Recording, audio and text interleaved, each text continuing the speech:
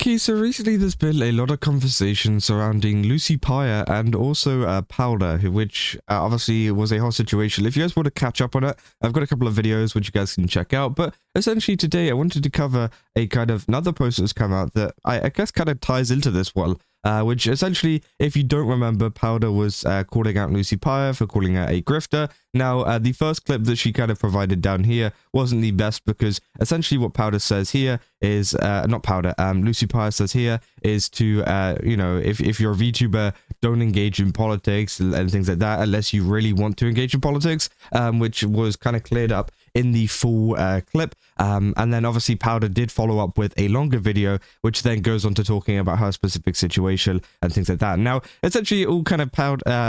I didn't even know how to describe it. It all kind of went down to essentially high school drama, right? I feel like this wasn't that big of a deal at the end of the day, but it did seem pretty interesting to kind of talk about, especially when she gets into the no politics kind of side of thing, because again, I can understand what she means, and she does kind of clarify it further outside of this 20-second clip, but essentially she goes on to explain, like, hey, if you don't want to do politics as a full thing on your channel, if you don't want to be covering this constantly, then don't mention it at all, essentially, because of course you will essentially get it roped into it, and you will not be able to interact maybe with the typical VTubers that you would want to interact with, you know, that are popular in the space, right? And I think that is good advice because people don't like it. People don't like interacting with other people that speak about politics pretty often on their channel and whatever. And of course, that's going to be a problem if you want to become, you know, one of the people that are at the top of the VTubing kind of chain, which, you know, is very, very,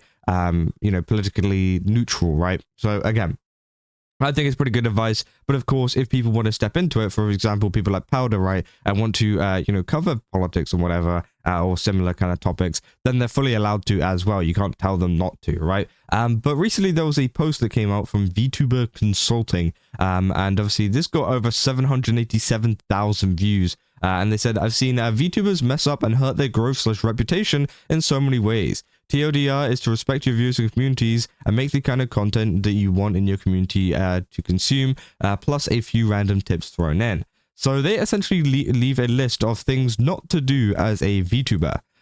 Now, the first one, they say, please do not talk about politics. I promise the attention isn't worth it. Which I think is the first interesting one, because I think, you know, if you were to further kind of talk about it, as I said earlier, I think it's okay if you're aiming to get to the top of VTubing and that you want to interact with a lot of people and that you want to stay as kind of neutral as possible. Of course, yeah, not talking about politics is going to help you out, right? But also, you know, I think at the end of the day, leaving it as a general rule for VTubers is bad, because I think that a lot of VTubers out there, you know, are able to talk about this kind of stuff. And if they want to talk about it, they can talk about it. And I think that they say, I promise the attention isn't worth it. I mean, you're getting attention at the end of the day. I mean, I don't know what you want me to say, right? So again, I don't think that is a very good point to bring up whenever it comes to things to do, not to do as a VTuber. But again, obviously, we'll go into some of the reactions to that in a bit. Obviously, they go into talking about don't post unedited Twitch VODs on your main YouTube channel. 100% true, that's fair enough. Unless it is a VODs channel, then you can. So don't repost lots of things on X. Quote retweeting is fine as long as you add valuable comments. Again, you know, as in reposting, sure, but I think reposting art and stuff is fine. A lot of the top VTubers do that, so again, I don't think there's anything wrong with that. And of course, they don't rely on chat to carry the conversation when you're streaming. That's true. I say remember that lurkers are real people, not just numbers to boost your CCV. Yeah, but also, I mean, at the end of the day, you're not really going to be talking to them. So I guess you can remember that, but I mean, yeah. They say, I don't expect to go from totally new to a full-time VTuber in under 2 years. I mean, you know, sometimes that can happen. Sometimes it can happen. So, but yeah, obviously, don't set your expectations high, I guess is what they're saying there. Say, don't stream without background music of some sort. Again, it depends on the kind of stream. I feel like you don't have to not stream without background music. Again, you can stream with no background music if you really wanted to. And I think a lot of people do it. Because don't put background music on the same audio as your voice track, of course. As they don't collab with someone you haven't vetted thoroughly. Yeah, I think it is important to look through whether you want to collab with that person. I'm not saying like, hey, you should disagree with them because they have a certain opinion or whatever, but of course, you know, just go through it and think about your personal thoughts and feelings on the stuff that they are saying. And yeah, of course, check, you know, whether you like them. Now, of course, you know, don't just go and look up like random rumors on Twitter and Reddit about someone. Of course, that isn't going to help you. But, you know, maybe just have a little look on their profile or whatever, see what they're up to, right?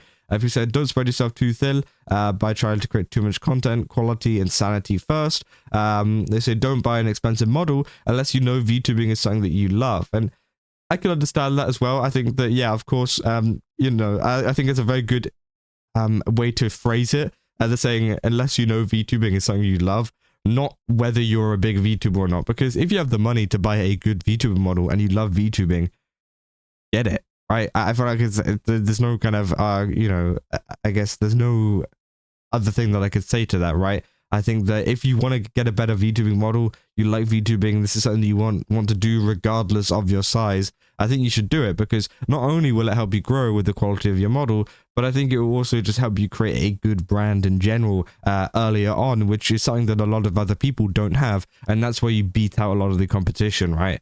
So don't expect viewers to get into the habit of watching you if you don't have a stream schedule, which I think, yeah, that's fair enough. Keeping a consistent schedule is, yeah, pretty helpful. You don't necessarily have to, but again, if you're new and you're growing, it definitely does help in terms of keeping viewership. Don't expect to grow a lot unless you're good at streaming, so don't be afraid to ask for help and rely on community/mods for things. Don't rage bait, but at the same time, don't be afraid to be open and honest, as long as you're humble about it. Again, I think you can rage bait if you really want to, right? As I said, it all comes down to what kind of VTuber you want to be. But of course, I think, you know, if you want to be a rage baity VTuber, go ahead, right? Gets you views, so might as well. They're saying, don't expect people to donate money to you unless you give them a reason to. Don't date your mods or community members. True. Oh my god, wait, that is actually such a good point. And if they ask, clearly tell them you're not interested. Don't leave the room for any confusion. Don't post purely sexual content if you don't want your main to be purely sexual, which again, obviously, as they say, if you don't want your main content to be purely sexual, of course, that all depends on what kind of VTuber you want to be again. They say, while you're on live stream, don't stop talking. That is true. Even if you have no chatters or whatever, talking usually helps. Say, don't follow for follow, or follow a lot of people that you follow on X. You know, or follow a lot more people than you follow on X, which, yeah, I do think is true. I think obviously there is the kind of understanding of like, hey, if you're following a lot of people, like thousands of people, sometimes it can look a little bit weird and a little bit like, you know, you're just trying to follow people to get them to follow you back. But of course, I think that following people and interacting with people is also a good way to network with other VTubers. So I think there is positives and negatives to that. They say, don't avoid interacting with other streamers or be afraid they'll steal your viewers, which again, yeah, I don't think you will. They say, don't rely on a single social media platform. That is true. Post everywhere, use TikTok and stuff as well. As don't try to avoid putting in effort or cutting corners. It rarely works that way if you wanted to. Don't handle conflicts publicly, deal with them in DMs first. Well, I mean, you know, if you want growth as a VTuber, sometimes the drama can give you growth. If you're on the right, if you are in the right and that you've done nothing wrong, hey, I'm just saying, handle it publicly if you want to, right? I'll cover it. Other people will cover it, and maybe you'll get a little bit more attention. Just saying, you know, just saying. Maybe I'm a little bit biased on that one because, of course, I cover this stuff, right? And obviously they say, don't forget to take care of your physical and mental health, which is also true. A lot of VTubers struggle with that, right? And yeah, I think that a lot of these were pretty tame. I think the first one about politics was a little bit weird, but of course the rest of them were pretty you know, fair enough points, right?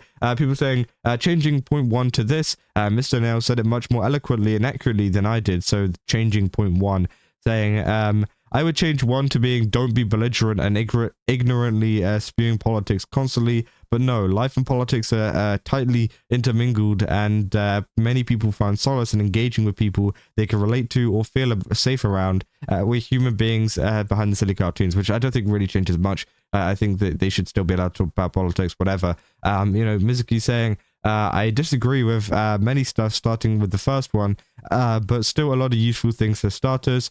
That you definitely don't have to agree with everything I say. Thinking for yourself is by far the most important thing.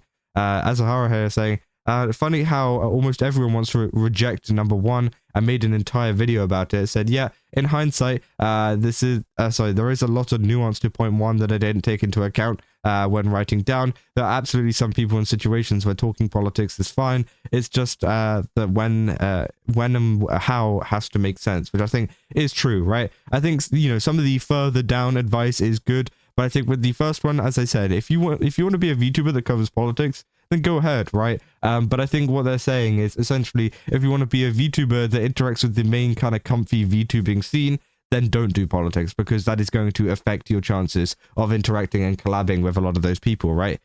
So again, as I said, I think it is one of those things where it is essentially up to you. And yeah, obviously, I do think, you know, some of the other points though are really you know, helpful and useful for maybe new VTubers that are getting started. But again, I did think it was a pretty interesting list that some people did get pretty mad at. But hey, you know, at the end of the day, it seems like they did kind of, you know, understand that maybe they should have changed that point a little bit in the replies down below. But yeah, I mean, that is essentially all there is for this video. If you guys did enjoy it, don't forget to leave a like and subscribe. Also, go to GameStop, use my code Kazo, get 10% off. Again, they've got a ton of really cool stuff over there. Definitely recommend checking it out. And yeah, I'll see you guys in the next one. Also, see ya.